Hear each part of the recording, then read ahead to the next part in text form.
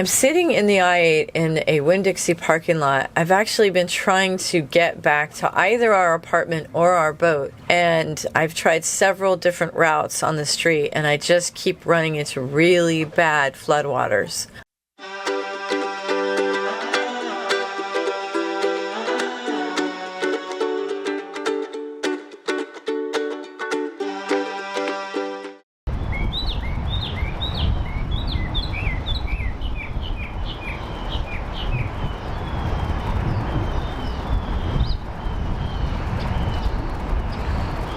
Being at the Lauderdale Marine Center was incredibly convenient. We were able to park our car really close to the boat, and it made it a lot easier for moving out of our apartment. We were settling in nicely at this new marina. What you doing? I'm studying. I'm studying for our upcoming course. So this is the second book. I'm about, not quite halfway through it, and I have a few more books to get through before next Sunday. Yep, so a little bit of reading to do. Just a bit of cramming. All right. Yeah, nothing like procrastinating. I don't recommend it. Well, I'll leave you alone. And Zeke is helping me study, can't you tell? Mm. I think he likes being where the air conditioning is.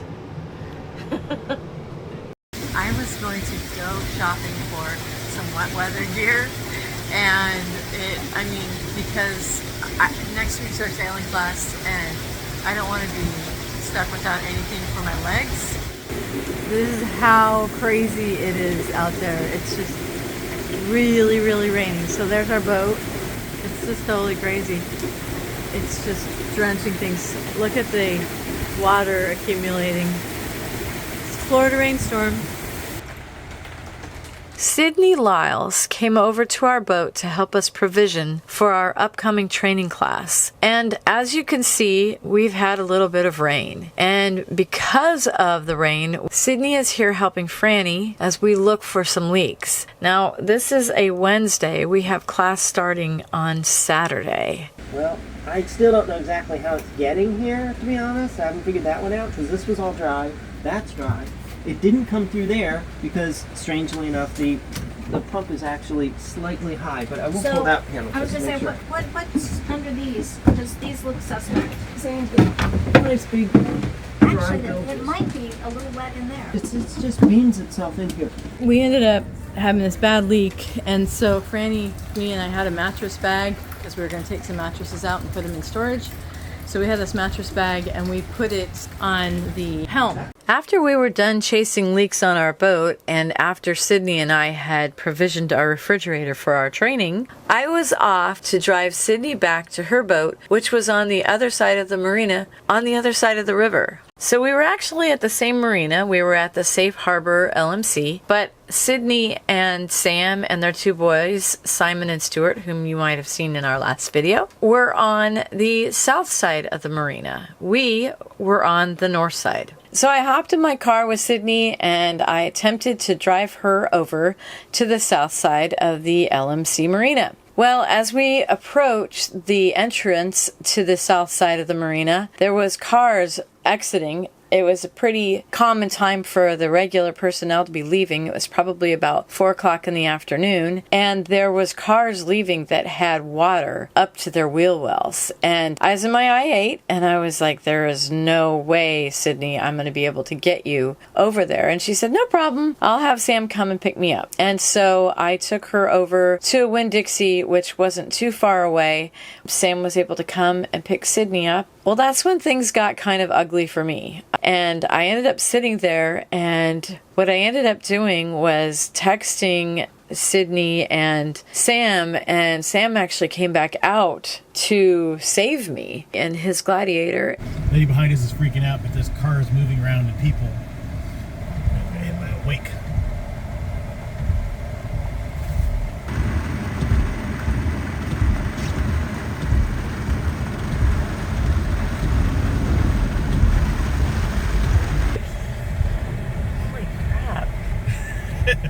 The van's floating. No way, this is what floating. I was trying to go into this. The van's floating. Watch I don't want you to get your car stuck I either. already went through this. You went through this on the way? I had to come through it to get to you. Car in front of him is stuck. So you went this way straight? Yeah, you had to. It's on waiting out.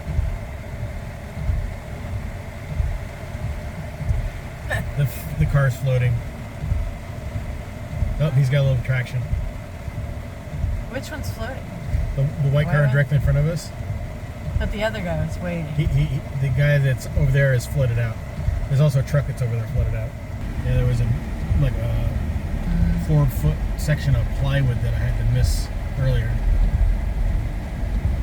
As we continued to drive, we navigated around all the crazy, and Sam and Sydney invited me onto their boat to spend the night, had a nice dinner, and I was very grateful to be able to stay with them.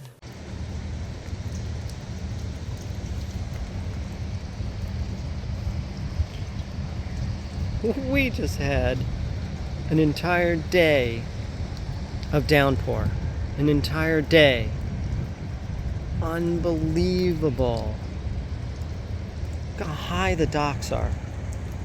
These are floating docks and they're well above the seawall. Well, the seawall is all underwater. Look at that. It looks like a hurricane. Look at this. Check this out. Look at that. Look at all that debris. Holy cow. And look how much higher the docks are. The ramp is actually going up, not down. My gosh, holy cow. Look at the parking lot and the poor cars. Look how high the water is on the wheels. That whole parking lot's completely flooded. Holy cow.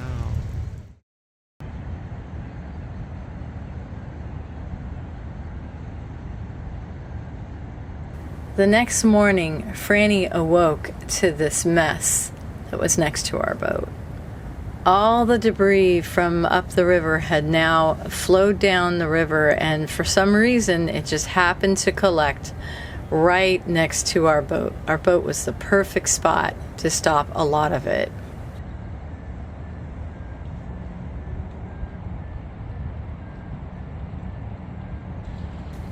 It was really terrible. There was all sorts of dead things.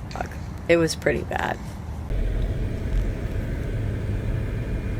Later that day, Sam and Sydney were able to give me a ride back to my boat. The water had receded a bit, but it was amazing the number of flooded out cars. Our hearts go out to the residents of Fort Lauderdale who had their homes and cars flooded during this devastating flood.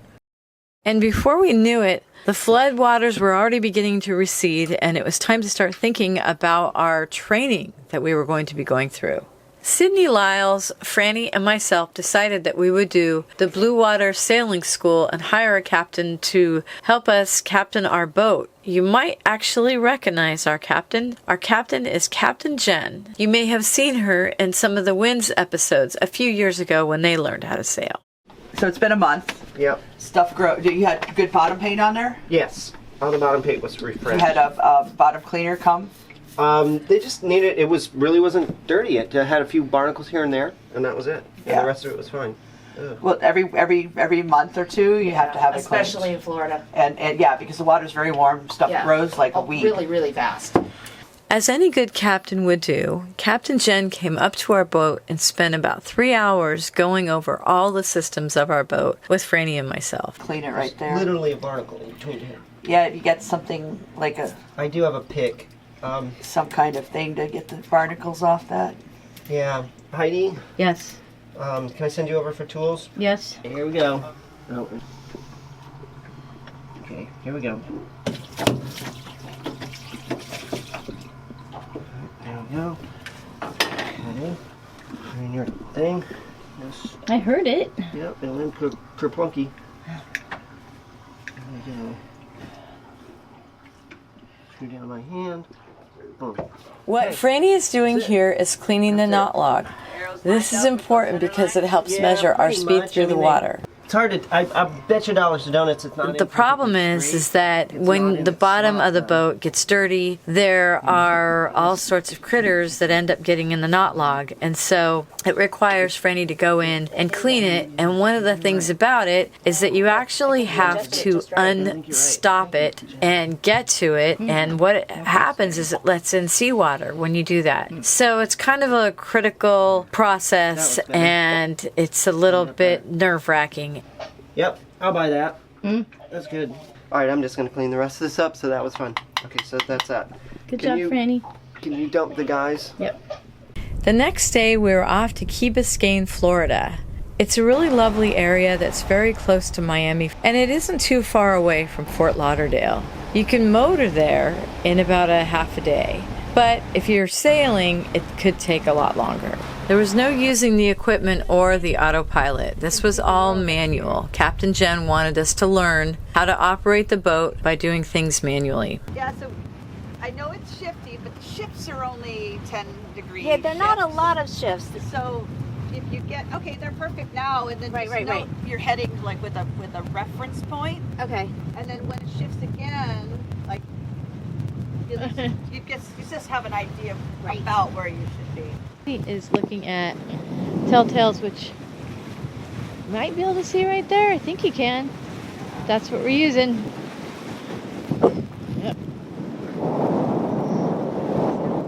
All right. How's the steering feel? The steering is amazing. If I were fighting the steering in addition to the shifty wind, I would be losing mine. Okay, so really, Okay. Much different because you're fully motored and you're not fighting the wind. So we will break off and do the secondary channel that's 6. at number 6. Yeah, And we'll be going to the starboard or port side of. we'll end up leaving the marker to our port.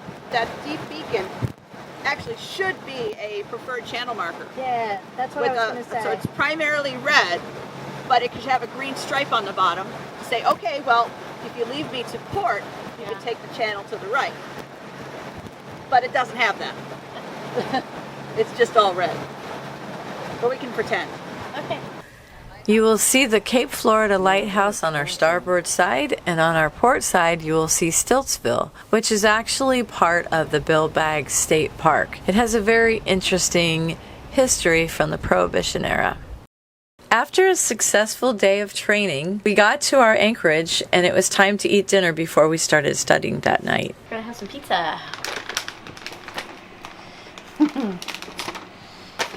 It looks pretty yummy. Yeah, super excited. Yeah. I make a kind of a supreme one for the group, and then I'm also going to make a cheese one, especially for Franny because she loves cheese. All right. So the big question is, can the inverter Yep, let's start with this. handle this toaster oven? So we've Okay. tried it before and it worked before, but it could be a little dicey. You may have to turn on the generator. We'll have to see. 75, preheating. Okay, so it just went into place. Yeah. So let's see how it goes. So let's see. All right.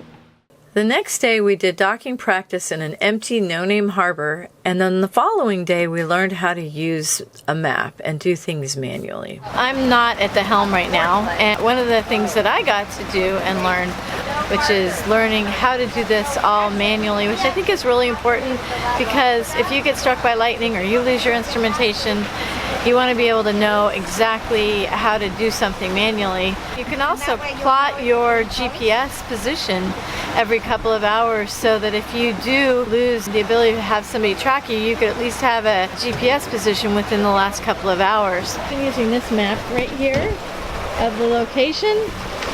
This is what we've been doing, is really like drawing lines through it. We're learning about how to use the compass rose.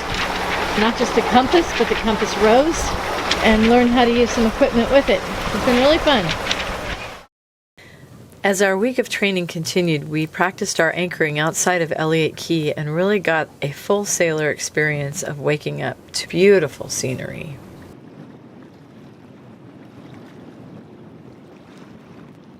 Ziki, are you enjoying yourself, little ship kitty?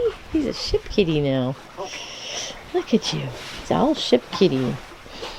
What do you think of that water, Zeke? Good morning. Morning. It's a little early for you. Yeah. It's pretty out. Yeah. It's pretty out. And this is normal time for you, right? It is, and it's my favorite time of day. It's really nice and calm. Love the sunrise. Yeah, it's very nice. It's very pretty. Our training experience was incredibly helpful. It really helped us become more confident as sailors. But there were some other interesting things about this whole experience for Franny and myself. We realized when we were on anchor that our systems were inadequate. We realized that our batteries were not powerful enough to maintain charge overnight, and it often meant us having to run the generator. And that's why this is such an important exercise. It was really helpful to find out things about ourselves and about sailing and about our vessel. We made it back to Fort Lauderdale, and we made it back up the New River, and we made it back to the LMC Marina, and we made it back to all the trash from the Fort Lauderdale floods as well. Join us in our upcoming episodes as we see Franny replace engine elbows and turbos in both of our engines as we prepare to sail north. We also get some rigging work done, and we take on crew as we head on up to Annapolis. Thanks so much for watching, and a special thanks to our Patreon supporters. Until next time, safe travels.